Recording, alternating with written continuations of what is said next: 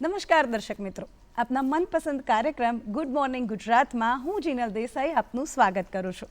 મિત્રો, આજના અતિથિનો પરિચય આપતા પહેલાં મારે તમને કેટલીક લાઇન્સ કહેવી છે અને એ છે મુકુર માકડ નામના કવિની, જેમના કવિતાનું શીર્ષક છે નાટક. એની કેટલીક લાઇન્સ આપણે સાંભળીએ. તો લાઇન્સ કંઈક આ પ્રમાણે છે: ભજવી રહ્યો છું અત્યાર સુધી ભિન્ન પાત્રોને અંકોમાં ઢાળી. ભજવી રહ્યો છું અત્યાર સુધી ભિન્ન પાત્રોને અંકોમાં ઢાળી. નથી યાદ શરૂ થયું ક્યારથી, નથી યાદ શરૂ થયું ક્યારથી, કદાચ પારણામાં હતો ત્યારથી, કદાચ પારણામાં હતો ત્યારથી. મિત્રો, આ લાઇન્સ પરથી આપણને એટલું સમજાય કે દરેક વ્યક્તિ જે છે ને એ પોતાના જીવનમાં અભિનય કરતો હોય છે. દરેક વ્યક્તિ પોતાના જીવનમાં કોઈને કોઈ ક્ષેત્રમાં કોઈને કોઈ વ્યક્તિ સામે પોતે જે નથી ને એ હોવાનું નાટક કરતો હોય છે. કેટલાક લોકો મંચ પર નાટક કરે છે તો કેટલાક લોકો રિયલ લાઈફમાં.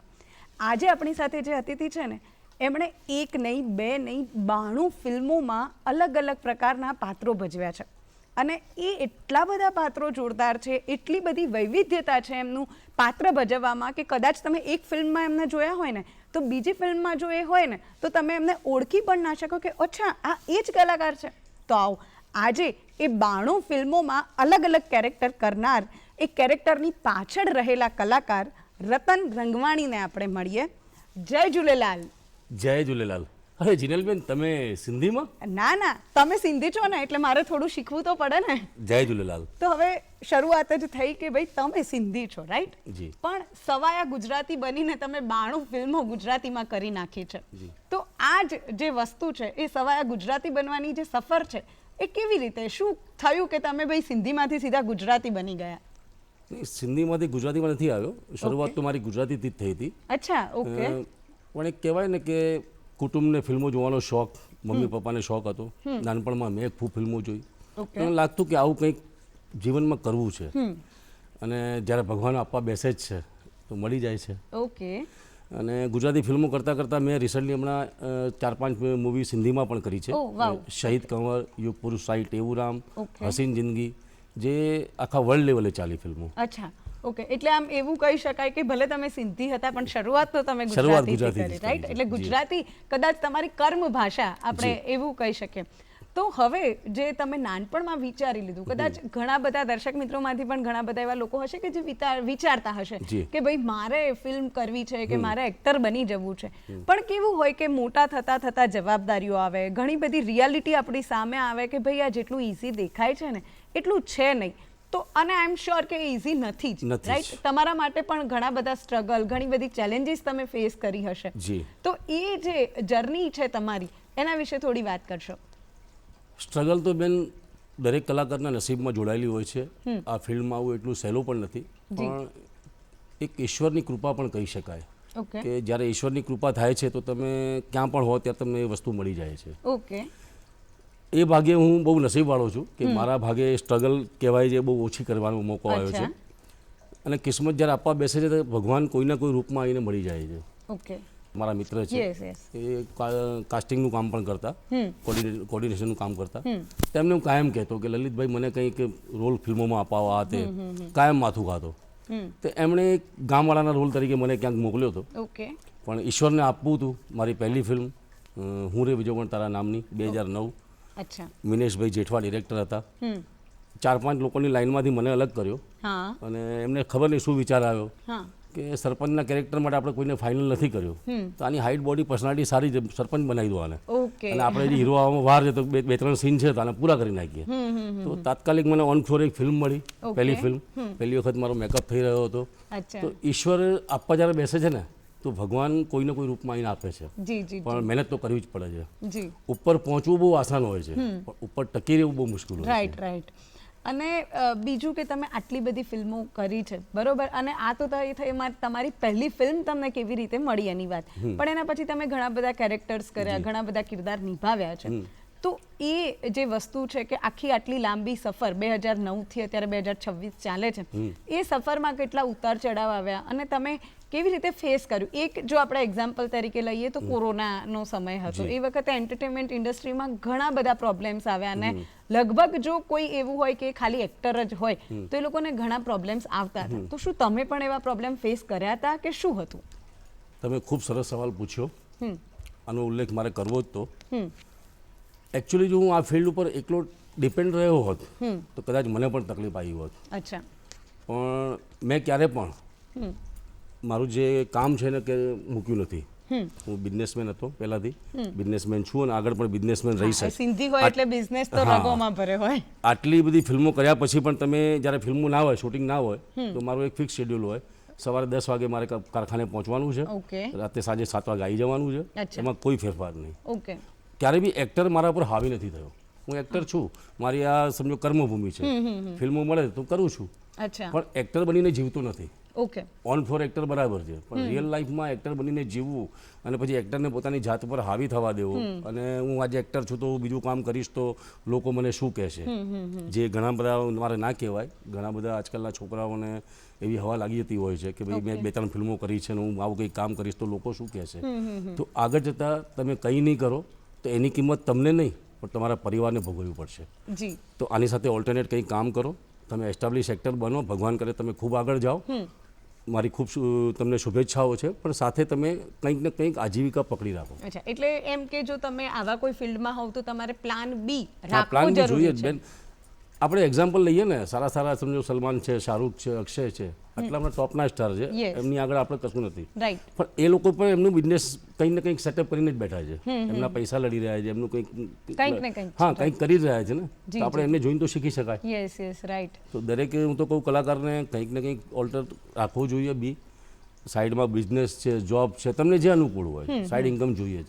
ખાલી આની પર ડિપેન્ડ કદાચ રહ્યો હોત તો કોરોનામાં મને તકલીફ પડી. ઈશ્વરની કૃપાએ તકલીફ નથી પડી અને કોરોનામાંથી એમ કેમ ભગવાને બચાવ્યા બદલ ભગવાનનો પણ ખૂબ ખૂબ ખૂબ આભાર. આભાર. જી. હવે વાત કરીએ કે અત્યારે કેવું હોય કે ઘણી બધી એક્ટિંગ સ્કૂલ છે, ઘણા બધા લોકો એવા છે કે જે તમને શીખવતા હોય એક્ટિંગ, પણ કદાચ તમારા સમયમાં એવું નહીં હોય અથવા તો તમે કોઈ એવી તાલીમ નથી લીધી, રાઈટ, જે પ્રોફેશનલ ટ્રેનિંગ હોય છે એક્ટિંગની. તો તમારો ફોર્મ્યુલા શું છે શીખવાનો? કેવી રીતે તમે પોતાના જે કેરેક્ટર્સ છે એના પર વર્ક કરો છો? પ્રોસેસ જે છે આખી એ શું હોય છે? કોઈકે કહ્યું છે, મેં નથી કહ્યું, કોઈકે કહ્યું છે કે શીખીને કારીગર થવાય. ઓકે. કલાકાર તો કુદરતની કૃપા હોય તો જ થવાય. એક તો પહેલી વસ્તુ તો કુદરતની માનીશ આભાર. પણ તમે આ ફિલ્ડમાં આવો છો તો સૌથી પહેલાં તો સિનેમાને પોતાના નસમાં વસાવી લો, નસમાં. ઓકે. સિનેમામાં જવું છે તો સિનેમાને વાંચો, સિનેમાને જુઓ. તમે દિવસની વધારની તો 1-2 ફિલ્મ જોઈ જ નાખો. દિવસની એકાદી ફિલ્મ જુઓ, ટીવી પર જુઓ, મોબાઈલમાં જુઓ, સિનેમામાં જઈને જુઓ અને ઓબ્ઝર્વ કરો. સિનેમા એક જ હોય છે પણ એના જોવાના નજરિયા અલગ અલગ હોય છે. રાઈટ. આ સમજો હું એક્ટર છું તો ફિલ્મ જોઈશ તો એક્ટિંગ જોઈશ, મારા સિનિયર એક્ટર કેવી રીતે એક્ટિંગ કરે છે, એમની બોડી લેંગ્વેજ, ડાયલોગ ડિલિવરી. આજે સમજો હું કોસ્ટ્યુમનું કામ સંભાળું કે ડ્રેસ ડિઝાઇનર છું તો મારું ધ્યાન ફોકસ છે કપડા ઉપર હોય. રાઈટ. હું ડાન્સ શીખવાડું છું લોકોને, એ જ ફિલ્મમાં હું ડાન્સના સ્ટેપ આતે જોઈશ. તો એક ફિલ્મ એક મોટી ઇન્સ્ટિટ્યૂટ છે, મોટી કોલેજ છે, તમે એમાંથી ઘણું બધું શીખી શકો છો. તો દરેકે હું તો કોઈ ફિલ્મો જોવી જ જોઈએ. અચ્છા. ફિલ્મો એક અભ્યાસ જ છે. ઓકે. તો તમારી મનપસંદ ફિલ્મ કઈ, અને એવી કોઈ ફિલ્મ ખરી કે જે તમે મેક્સિમમ ટાઈમ સુધી, એટલે કેટલા ટાઈમ એકની એક ફિલ્મ કે તમને બહુ જ ગમી હોય, ઘણી બધી એ તમે કેટલી વાર, એકની એક ફિલ્મ તમે કેટલી વધારે વાર જોઈ શકો? હું કહીશ તો લોકો એમ કહેશે કે પણ એક એજ કામ કરતી હોય છે. મારા મિથુનદા મારા favourite actor. Okay. Disco dancer ઓછામાં ઓછી 30 થી 40 વખત જોઈએ છે. ઓકે. ઘણી બધી ફિલ્મો મિથુનદાની, ઘરે એક સંસાર છે, ઘરે એક મંદિર છે. સંજીવ કુમાર સાહેબની બહુ ફિલ્મો મને ગમતી. કોશિશ ઘણી વખત જોઈ નાખી હશે, એમની ખામોશી જોઈ નાખી હશે. અચ્છા. ઘણી બધી ફિલ્મો મને જોવી ગમતી હોય છે, એના શોર્ટ, એમની ડાયલોગ ડિલિવરી ગમતી હોય, જોઉં છું. આજે પણ રાતે સમજો આયા પછી મારું એક જ કામ હોય છે, જમીન ટીવીની સામે ગોઠવી એકાદી ફિલ્મ જોઈ નાખવાની. અચ્છા. ઓકે. તો હવે આ જે તમારો ફિલ્મો જોવાનો શોખ છે એના લીધે ઘરના ક્યારે હેરાન થયા છે ખરા? એક કહું છું ને કે એક વારસાગત કંઈક આવતું હોય છે. અચ્છા. મમ્મી પપ્પાને શોખ હતો, મારામાં આવ્યો. મને શોખ છે તો મારા બાળકોને અને મારી પુત્ર વધુ છે પણ સાથે બેસીને મારી ફિલ્મ. અરે વાહ, એટલે બધા ફિલ્મી છે તમારા. અને પાછું મહિને 2 મહિને એકાદી ફિલ્મ તો બહાર થિયેટરમાં જઈને જોઈ જ નાખવાની. વાહ. ઓકે. તો તમારી સૌથી ગમતી ફિલ્મ કઈ કે જે તમને ખૂબ મજા આવે જોવાની? હમણાં ગુજરાતીમાં ચાલ જીવી લે આવી, બહુ જ સરસ ફિલ્મ હતી. ઘણી બધી ફિલ્મો આવે છે અને મનપસંદમાં તો ઘણી બધી ગુજરાતી ફિલ્મોમાં જે મા બાપ હતી, ઓકે, પંખીનો માળો હતી, ઓકે, કાશીનો દીકરો, કંકુની કિંમત, આ બધી ઘણી બધી ફિલ્મો. ઓકે. નરેશભાઈની ફિલ્મો હતી, મરદનો માંડવો, સોનાની જાળ અરવિંદ રાઠોડ સાહેબની, ઉપેન્દ્ર ત્રિવેદી સાહેબની હતી, શેઠ જગદુ શાહની બધી ઘણી કોઈ બાકી નહીં તો રાખ્યું લગભગ. તમારા ગમતા કલાકાર કયા આ બધા બધા? જ ગમે છે. પણ કોઈ એક એવું હોય કે તમે એમની નકલ કરતા ના, હોવ નકલ તો આ સુધી નથી કરી. અચ્છા, ભગવાનની એવું છે? ગોડ ગિફ્ટ છે. વાહ. હું એક માનું, મને લોકો જોઈને એમ કહે છે કે તમે મુકેશ તિવારી જેવા લાગો છો તમે. ભાઈ મને રતન રંગવાણી રહેવા રહેવા દો. દો. મારે કોઈનું ડુપ્લિકેટ નથી થવું. Yes yes. ભગવાને જે આપ્યું છે બરાબર આપ્યું છે.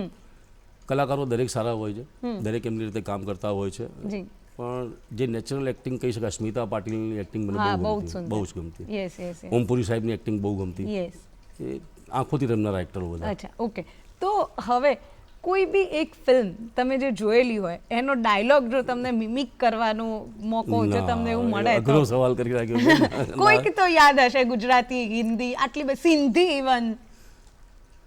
મારી તો ફિલ્મોના તમે પૂછશો તો હું ના, એ પછી તમારી ના, એટલે હું તમને ફિલ્મોના કહું, મારો એક નેચર કહું કે હું ક્યારેય મારા કામને પકડી નથી રાખતો. ઓકે કામ કર્યું ભૂલી જાઓ. ઓકે. એનું કારણ કે જૂનું કામ હું પકડી રાખીશ તો નવું ક્યારે નવું કરીશ? કદાચ નહીં થાય, રાઈટ. એટલે કદાચ મારી ફિલ્મોનું પણ તમે કહેશો તો મને નહીં યાદ હોય એમ? બાષ્પીભવન હશે યાદ. અચ્છા. ગોતવો પડશે ભાઈ, આ કયો કાઢવો હોય એમાંથી. જૂના કામને ક્યારેય પકડી નથી રાખતો હું. Okay. પહેલી વસ્તુ, કામ કરો ભૂલ જાઓ. ઓકે. ઘણા બધા ડાયલોગ હોય છે, મોગેમ્બો ખુશ હુઆ ને બધા. હા. એમાંથી કિતને કોઈ આદમી એક, થે. કોઈ એક એમ, કોઈ એક તમારા અંદાજમાં, ચલો ને આપણે મિમિક નથી કરવું, તમારા અંદાજમાં તમને જો ડાયલોગ આપવામાં આવ્યો મને હોય તો. એક ડાયલોગ એક ડ્રામાનો હતો કે કંઈક મેં જોયો હતો, સાંભળ્યો હતો. બહુ સરસ ડાયલોગ હતો એ. મને યાદ નથી આવતું એક્ઝેક્ટ કોનો હતો. ઓકે. તું જ્યાં 4 ચોપડી ભણીને તારા બાપને ગરમી બતાવે છે ને, એ ગરમીથી તો તારા બાપની એટલે કે આ કરશન પટેલની બીડી પણ નહીં સળગે. જા જઈને ગામમાં પૂછ કે હું કોણ, એટલે તને સમજાશે. આ ઘરમાં રહેવું હોય ને તો હું કહું એમ જ રહેવું પડશે. રાત કહું તો રાત ને દિવસ કહું તો દિવસ, નહીં તો ચાલતી પકડ. વાહ. આ એક સરસ ડાયલોગ હતો, ક્યાંક સાંભળ્યો તો મને યાદ પણ I નથી કઈ think ફિલ્મનો કઈ શું હતો. તમારી અદ્ભુત ડાયલોગ હતો. પર્સનાલિટીથી એકદમ ડિફરન્ટ ડાયલોગ હતો અને સ્ટીલ તમે જે સ્વિચ થયા, વાવ, નાઇસ. એ દેખાઈ ગયું એમ. આંખોથી એક્ટિંગ તો તમે પણ કરો છો. Thank you. હવે વાત કરીએ તમારી ફિલ્મો વિશેની. તો તમે ઘણા બધા કેરેક્ટર્સ પ્લે કર્યા છે અને મોસ્ટલી વિલનના કેરેક્ટર્સ તમે પ્લે કર્યા છે, રાઈટ? તો મેં જે ફોટોગ્રાફ જોયા હતા એમાં અમુકમાં તમે મુસ્લિમ બી બન્યા હતા, અમુકમાં બીજા કોઈ કેરેક્ટર બી હતા. તો આ જે કેરેક્ટર ડિફરન્શિએટ તમે કરતા હશો કે ભાઈ એક ફિલ્મમાં આવું કેરેક્ટર કે એમાં લેંગ્વેજ કંઈક અલગ હોય, બીજામાં બીજી, તો એ લેંગ્વેજને બધું શીખવાની તમારી શું પ્રક્રિયા હોય છે? ઓબ્ઝર્વેશન. અચ્છા, ઓકે. સૌથી પહેલાં તો ઓબ્ઝર્વેશન. એક રેફરન્સ પણ લઈ શકાય ક્યાંકથી. આપણે સમજો કે મારા ખાનનું કેરેક્ટર છે, તો આ સુધીનું ખાનનું કેરેક્ટર કે મુસ્લિમ બિરાદરનું કેરેક્ટર કોણે સારું કર્યું? Okay. તો પ્રાણ સાહેબે. તો પ્રાણ સાહેબની ફિલ્મો જોઈને હું એમાંથી કંઈક પ્રેરણા લઈ શકું. જી. પછી એક દરેક આર્ટિસ્ટનું શું હોય છે, આર્ટિસ્ટનું કામ પહેલું તો શું હોય છે કે કાલ્પનિક વસ્તુ જે છે એને જીવંત કરીને પ્રેઝન્ટ કરવી. Yes, right. તો એક કાલ્પનિક વસ્તુ કાલ્પનિક ના લાગવી જોઈએ. આજે હું મુસ્લિમ બિરાદરનું કેરેક્ટર કરતો હોઉં, તેમાં રતન રંગવાણી દેખાવો જ ના ના જોઈએ. યસ. જો રતન રંગવાણી દેખાઈ જાય તો fail. તો કામ કરવું ફેલ યસ છે. Yes, right. તો ઘણી વખત એવું હોય કે એક કેરેક્ટર મળતું હોય, ડિરેક્ટર કહી દે કે તમારું ભાઈ આ મુસ્લિમ કેરેક્ટર છે ને આ તમારો રોલ છે ને તમારી દીકરી છે ને આ છે ફલાણું, પણ એ ક્યારે ડિઝાઇન તમને ના સમજાવે. અચ્છા. ડિઝાઇનને ગ્રાફ તો એક્ટરે પોતે તમારે બનાવવું કરવું પડતું હોય પડે. છે. યસ. મારું કોસ્ટ્યુમ કેવો હશે, મારે બોલવાની લેકો શું હશે, મારી ચાલ કેવી હશે, એ બધું સ્ટોરી વાંચ્યા પછી તમને ડિસાઇડ થતું હોય છે. જી. સબ્જેક્ટ આખો સાંભળવો અને આખો એને અપનાવવો બહુ જરૂરી હોય છે. ઓકે. જ્યાં સુધી આગળ પાછળની વાર્તા ખબર ના હોય તમે કેરેક્ટર પકડી જ નહીં શકો. પકડી ના શકો, રાઈટ. તો હવે એવું કોઈ કેરેક્ટર તમે અત્યાર સુધી જેટલા પણ કેરેક્ટર કર્યા હોય જે તમારા દિલની ખૂબ નજીક હોય અને તમને એવું થાય કે આ કેરેક્ટર જે મેં પ્લે કર્યું હતું ને સખત મજા આવી ગઈ હતી એમ, એવું કોઈ કેરેક્ટર જે હોય યાદગાર હોય એમ? એક હમણાં સુધીમાં સમજો કોઈ કેરેક્ટર લગભગ બાકી નહીં રહ્યું હોય. પોલીસવાળો બની ગયો, ગુંડો બની ગયો, ભાઈ બની ગયો, ડોન બની ગયો, ઓકે. પણ મારી હાઇટ બોડીને થોડો ફેટી શરીરના હિસાબે મને કોઈ ભિખારીનો રોલ નહોતું આપતું. ઓકે. ગરીબનો રોલ પર્સનાલિટી, હા. ગરીબનો રોલ નહોતું આપતું. એટલે હું કાયમ મારા મિત્રોને કહું કે યાર મને કોઈ ગરીબનો ફકીરનો રોલ આપ. તો બધા એમ જ કે તું લાગે છે ફકીર જેવો કે ગરીબ જેવો. તો હમણાં રિસન્ટલી મયુર મહેતા આપણા છે ડિરેક્ટર, એમણે એક મારે કેરેક્ટર આપ્યું, ફકીરનું કેરેક્ટર. ઓકે. એટલે મેં કીધું મજાક નહીં કરતા ને મયુરભાઈ, આ ફકીરનું કેરેક્ટર શૂટ થશે મારી ઉપર? મયુરભાઈ કે તું કરતો ખરા. અને મયુરભાઈએ એ કેરેક્ટર માટે થઈને 30-40 હજાર રૂપિયા ખર્ચો કર્યો. આખી વીક દાઢી આ બધું બનાવડાવ્યું મારા માટે. અને યુટ્યુબ પર સોંગ મૂક્યું એમણે,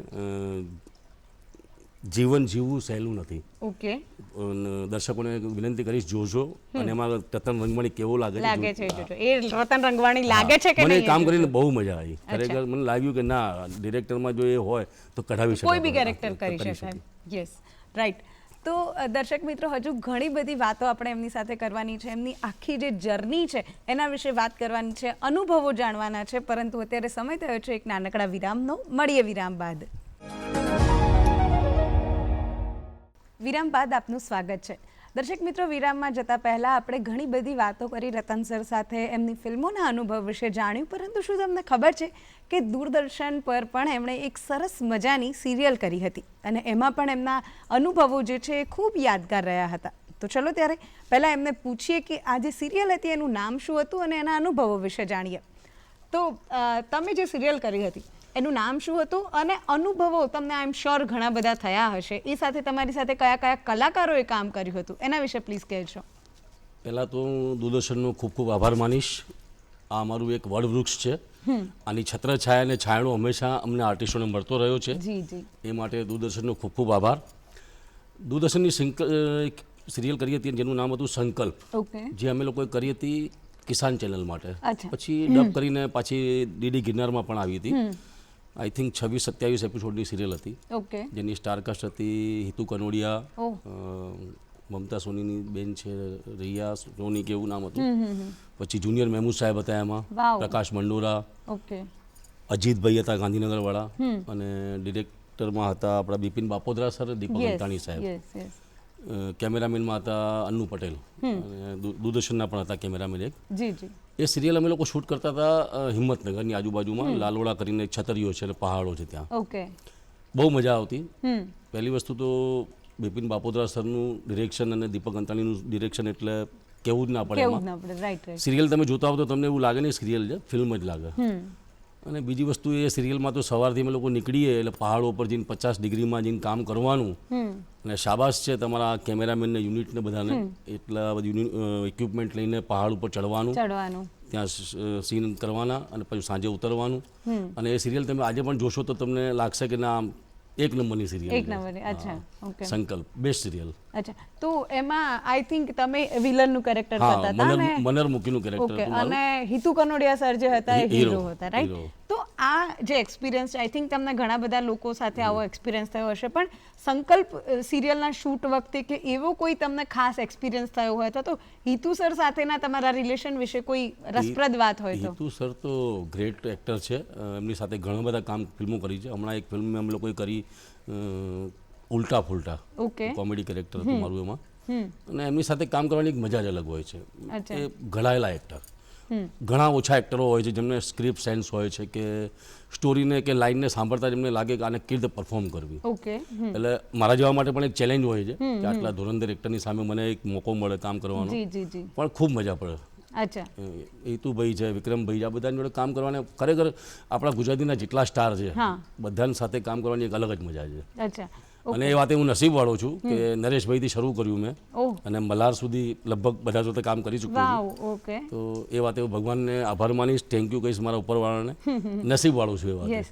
ઓકે. તો તમે છેક નરેશ કનોડિયા જોડે કામ કર્યું છે, તમે કીધું કે મલ્હાર ઠાકર જોડે બી તમે કામ કર્યું છે, એટલે ઓલમોસ્ટ 2-3 પેઢી જોડે તમે કામ કર્યું છે. તો તમે એવું કંઈ ઓબ્ઝર્વેશન ખરું તમારું કે જે પહેલાના જે સ્ટાર્સ છે એમાં અને આજના જે સ્ટાર્સ છે એમાં ડિફરન્ટ હોય અથવા તો ડિફરન્શિએટ બંનેમાં કંઈક અલગ હોય? એકચ્યુઅલી કેવું છે કે જો અમે એ ટાઈમે જે આવ્યા હતા ત્યારે આટલા ઇક્વિપમેન્ટ નહોતા, આટલી ટેકનોલોજી નથી.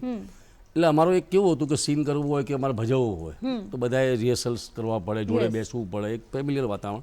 આજકાલ બધાના મોબાઈલ આવી ગયા, ટેબ આવી ગયા છે, કમ્પ્યુટર આવી ગયા છે, એટલે બધા પોતાની રીતે મેન્ટલી પ્રિપેર થઈને આવતા હોય છે. બાકી તો આજના જે એક્ટરો છે એ બી પણ બહુ મેચ્યોર છે, ખરેખર એમને સારું એવું નોલેજ છે. તો કામ તો બરાબર જ ચાલતું હોય છે બંને જગ્યાએ. તો એવું કોઈ ફની એક્સપિરિયન્સ કે એવું કોઈ ફન એલિમેન્ટ થયું હોય, તમે શૂટ પર હોવ અથવા તો શૂટ પર જતા હોય દરમિયાન કંઈક ફની ઘટ્યું હોય એવું તમને યાદ હોય કે ભાઈ આ વસ્તુ થઈ હતી ને એમાં ગજબ હસ્યા હતા અમે લોકો? ગજબ હસ્યા બી હતા અને મને પાછળથી બહુ દુઃખ પણ થયું. ઓકે. બહુ લાંબી વાત છે, કદાચ કરીશ તો. ના ના, પ્લીઝ પ્લીઝ. ફ્લોર પર મજાક મસ્તી ચાલતી જ હોય છે. જ્યારે ફ્રી ટાઈમમાં અમે લોકો હોય ત્યારે કો આર્ટિસ્ટને બધા મજાક મસ્તી ચાલતી હોય છે. એક ફિલ્મ કરતા હતા અમે. ફિલ્મનું નામ પણ નહીં આપું અને કો એક્ટ્રેસનું નામ પણ નહીં આપું, યસ, કઈ વાંધો નહીં. પણ મજાકની વાત યાદ આવી એટલે મને યાદ આવ્યું. હમ. હું રાજાનો રોલ કરું અચ્છા. અને કો એક્ટ્રેસ હતી મારી જોડે, એની પહેલી જ ફિલ્મ, અને મારી રાણીનો રોલ કરે. અચ્છા, ઓકે. હેપી સિંગના સ્ટુડિયોમાં આખો સેટ લગાવ્યો હતો, દરબારનો એ બધો હમ. સીન ચાલે અમારા. એટલે એ સ્વાભાવિક છે કે પહેલી વખત શૂટિંગમાં બેન આવ્યા હોય એટલે એમને ડાયલોગ આ તે બધું ગમે, શૂટિંગ ગમે, થોડી હા, ગમે. હા, રાઈટ. એટલે એ બેન આમ ઓતપ્રોત થઈ ગયા કે વાહ મહારાજ શું એક્ટિંગ કરો છો, અચ્છા, વાહ મહારાજ ઓકે. શું તમે ડાયલોગ બોલો છો. એ બેન મારા બહુ વખાણ કરતા હતા. હા. હવે મારા કો એક્ટર્સ બધા જે હતા, મહેશ રબારી ને પ્રવીણ મહેતા, આ બધા ખુરાપતિ દિમાગ બધા. ઓકે. આ લોકોથી સહન ના રહે કે રતનભાઈની તારીફ આટલી બધી કેમ કેમ થાય? થઈ રહી? હવે આને લપેટામાં લેવો હોય. હવે એ બેનને એ લોકોએ ઊંધું ભરાયું. અચ્છા. એક્ટર્સ કેટલો બી સારો છે પણ નસીબ સારું નથી એનું. ઓ. એના લગ્ન નથી ત્યાં, વાંઢો છે હજી. અરે યાર, એ લોકોએ મજાક કરી. હવે પેલા બેને સિરિયસ લઈ લીધું. હવે એ બેન ખબર નહીં મારી પાસે આવ્યા, મને કહે રતનભાઈ તમે આ બધું તમારા લગ્નની સાચી વાત છે? મેં કહ્યું, આ નથી થયા. પેલા લોકોએ મને કહી દીધું કે આ મજાક કરી છે અને તું કન્ટિન્યુ કરજે. હવે મજાક જો કેટલું ગંભીર સ્વરૂપ લે છે. હા. એ ટાઈમે હું પણ યંગ ને બધું લાગતું ના, ના, અત્યારે બી લાગો છો. તો પછી મેં કીધું હા સાચી વાત છે. પણ કે કેમ નહીં થયા? મેં કીધું મારે મંગળનો દોષ છે અને મંગળવાળાને જલ્દી છોકરી મળે નહીં, અને પાછો એક્ટર છું એટલે છોકરીના મા બાપ પાછા એવું કહે કે ભાઈ એક્ટરો બધા આમ સારા ના હોય ને તેમ ના હોય ને એ લોકોના લફડા હોય. એ બેને ખબર નહીં, બહુ સિરિયસ લઈ લીધું. બીજા દિવસે આવીને મને કે તમને ખબર છે મંગળ જોડે શનિ હોય ને તો થાય? હા થાય ને. હા. મને શનિ છે. અરે મેં મરી ગયા. આ તો મેં ગંભીર પરિણામ આવ્યું આનું. મેં કીધું બેન તમે મને માફ કરજો, આ ખુરાપતિ દિમાગ હતા આ લોકોના, અને એમાં હું ઇન્વોલ્વ થયો તમારી જોડે, અને મને માફ કરજો. એટલે કદાચ ખોટું થયું, ના થવું જોઈએ. તો મજાક મસ્તી આટલી બધી હદે ના હોવી જોઈએ. એ અજીબ કિસ્સો મારાથી ભૂલાતો જી, નથી. જી. અને એ કદાચ નહીં જ ભૂલાય અને તમને બેન ક્યારેય. કદાચ જોતા હોય ઇન્ટરવ્યુ તો એમને બી કહું છું કે માફ કરજો બેન, કે મને ખરેખર મંગળ નથી ને મજાક હતી. ના, ના, એ તો બેને માફ કરી દીધા હશે તમને. હવે જો આગળ આપણે વાત કરીએ તો આ વસ્તુ જે છે એ તમારી ફેમિલીમાં ખબર હતી? હા, હું કહી દઉં છું. હું અચ્છા, ક્યારે પણ સમજો કે મારે કંઈ પણ એવું હોય ને, અમારા ઘરની એક રૂલ્સ છે, દિવસે કદાચ અમે લોકો ભેગા નથી જમતા, પણ રાતે બધા ઓલમોસ્ટ બધા એકબીજાની રાહ જોતા હોય, વાહ. અને જમતા જમતા આખા દિવસની અપડેટ અમે એકબીજાને આપતા હોઈએ છીએ. ઓકે. તો આવા તો ઘણા બધા કિસ્સા છે. પાટણથી પાકિસ્તાનમાં એક સીન હતો, સ્ક્રિપ્ટ ડિમાન્ડનો સીન હતો. મારા ડિરેક્ટરે કીધું કે આ સ્ક્રિપ્ટ ડિમાન્ડ છે રતનભાઈ તમારે કરવો પડશે. ઠીક છે. હવે મને ખબર છે ફિલ્મના પ્રીમિયરમાં જઈશું ને બધું આખું ઘર જોવાનું છે. રાઈટ. પહેલાથી કહી દીધું કે ભાઈ આ રીતનો સીન એક સ્ક્રિપ્ટ ડિમાન્ડ હતી મારે કરવો પડે છે. મેં કર્યો છે પાટણથી પાકિસ્તાનમાં ઓલમોસ્ટ. અને મારું ફેમિલી જે આખું ફિલ્મ જ છે, અચ્છા, એમને ખબર છે, એટલે બહુ એટલું બધું વાંધો નથી આવતો. તો કોણ કોણ છે તમારી ફેમિલીમાં? મારા 2 દીકરા છે, ઓકે. પુત્ર વધુના રૂપમાં એક દીકરી છે, ઓકે. મારી વાઈફ છે, હું છું. અચ્છા. તો એ લોકોના શું શોખ છે અને એ લોકો શું કરે છે? તમારા ફેમિલીમાં તમારી જે ડોટર ઇન લો છે અથવા તો તમારા સન છે, એમાંથી કોઈ છે ફિલ્મ લાઈનમાં? ના, ફિલ્મ લાઈનમાં નથી, પણ મારો એક દીકરો છે એને સિંગિંગનો સારો શોખ છે. ઓકે. સિંગિંગ કરતો હોય છે. બંને દીકરા ફાર્મસીમાં છે. પુત્ર વધુ મારી જેમ ખાવા પીવામાં મસ્ત રહેવાનો શોખ છે. નાઈસ. તમે સિંગિંગ કરો છો? કરું છું, પણ હું જાહેરમાં નથી કરતો. નાવા જેવું ત્યારે કરું છું. એક લાઈન પ્લીઝ. એક અરે લાઈન. બાપા, મારી એક લાઈન તમને જે ગમતી હોય એક લાઈન. હિન્દી, ગુજરાતી કઈ પણ, સિંધી પણ ચાલશે, પણ એક લાઈન. સિંધી ગવાય? હા, હા, ગવાય ને. સિંધી ગઈ નાખું મારી પ્લીઝ, પ્લીઝ. મારા સિંધી ઓડિયન્સને પણ કદાચ ગમશે. હા, હા, અને ચોક્કસ. પછી એવું લાગશે તો ગુજરાતી પણ ગઈ નાખીશ. અરે પ્લીઝ. મારી એક ફિલ્મ હતી યુગ પુરુષ 60 એવું રામ, એમાં સોંગ છે, બહુ મને મારા મનગમતું ગીત છે. શુક્ર કર શુક્ર કર સદા, શુક્ર જહેડી બી કાન દૌલત અદા, શુક્ર કર શુક્ર કર સદા, रखे जिए साईं सब्र सां रहो, सदा राज पे साण सुख दुख सहो, ॾिनो आहे दुख जय सो ॾींदो दवा, शुक्र कर शुक्र कर सदा. વાહ. હવે ગુજરાતીનું તમને ગાવાનું છે કદાચ નહીં સમજાયું પણ હોય. એ ના થોડું સમજાઈ ગયું હા, પણ એટલે જો તમારા ઉપરવાળાનો હંમેશા દર્શકોને શુક્રિયા અદા કરો. એ જે આપ્યું છે દુઃખ આપશે તો સુખ પણ એ જ આપશે. જી આનું આ રીતનું મીનિંગ હતું. એવો થાય છે હા. ગુજરાતી પણ તમારે ગાવાનું છે પણ એ થોડી વાર પછી હવે તમે સિંધી સોંગ ગાયું જ છે તો તમે સિંધી મૂવીઝ પણ કર્યા છે જી, રાઈટ જી. તો એના જે એક્સપિરિયન્સ છે અને તમારું એવું કોઈ મૂવી કે જે ખૂબ વખણાયું હોય અને ખૂબ લોકપ્રિય બની હોય એના વિશે મારી વાત કરશો પહેલી ફિલ્મ હતી સિંધી હસીન જિંદગી, ઓકે જે મેં પોતે લખી હતી. એ પણ સારી ચાલી. પછી એક બીજી ફિલ્મ મેં કરી શહીદ કંવર, ઓકે જે મારા એક મિત્ર છે મુંબઈના ગોપાલ રાઘાણી, એમણે ડિરેક્ટ કરી હતી. એ ફિલ્મ આખા ઓલ્ડ વર્લ્ડમાં ચાલી, એમ કહીએ ને ચાલે, Okay. શહીદ કંવર. અચ્છા અને બહુ અદ્ભુત મૂવી. અને એ ડિરેક્ટરની બીજી રિસન્ટલી મૂવી યુગ પુરુષ સાંઈ ટેવુરામ, જેના સ્ક્રીન પર ડાયલોગ પણ મેં જ લખ્યા. અચ્છા ઓકે એ સિંધી ફિલ્મની પહેલી ફિલ્મ એવી હશે કે જે વર્લ્ડની 7 કન્ટ્રીમાં ચાલી. ઓ વાવ Yes. ઓકે અને બધે સુપર ડુપર. અચ્છા તો હવે તમને બંને ઇન્ડસ્ટ્રીમાં કામ કરવાનો અનુભવ છે તો શું ડિફરન્સ તમને કંઈ જોવા મળે છે બંનેમાં કે ભાઈ હા, એનું આવી સિંધીમાં રીતે અને હોય? ગુજરાતીમાં તો બહુ ડિફરન્ટ જોવા મળે છે.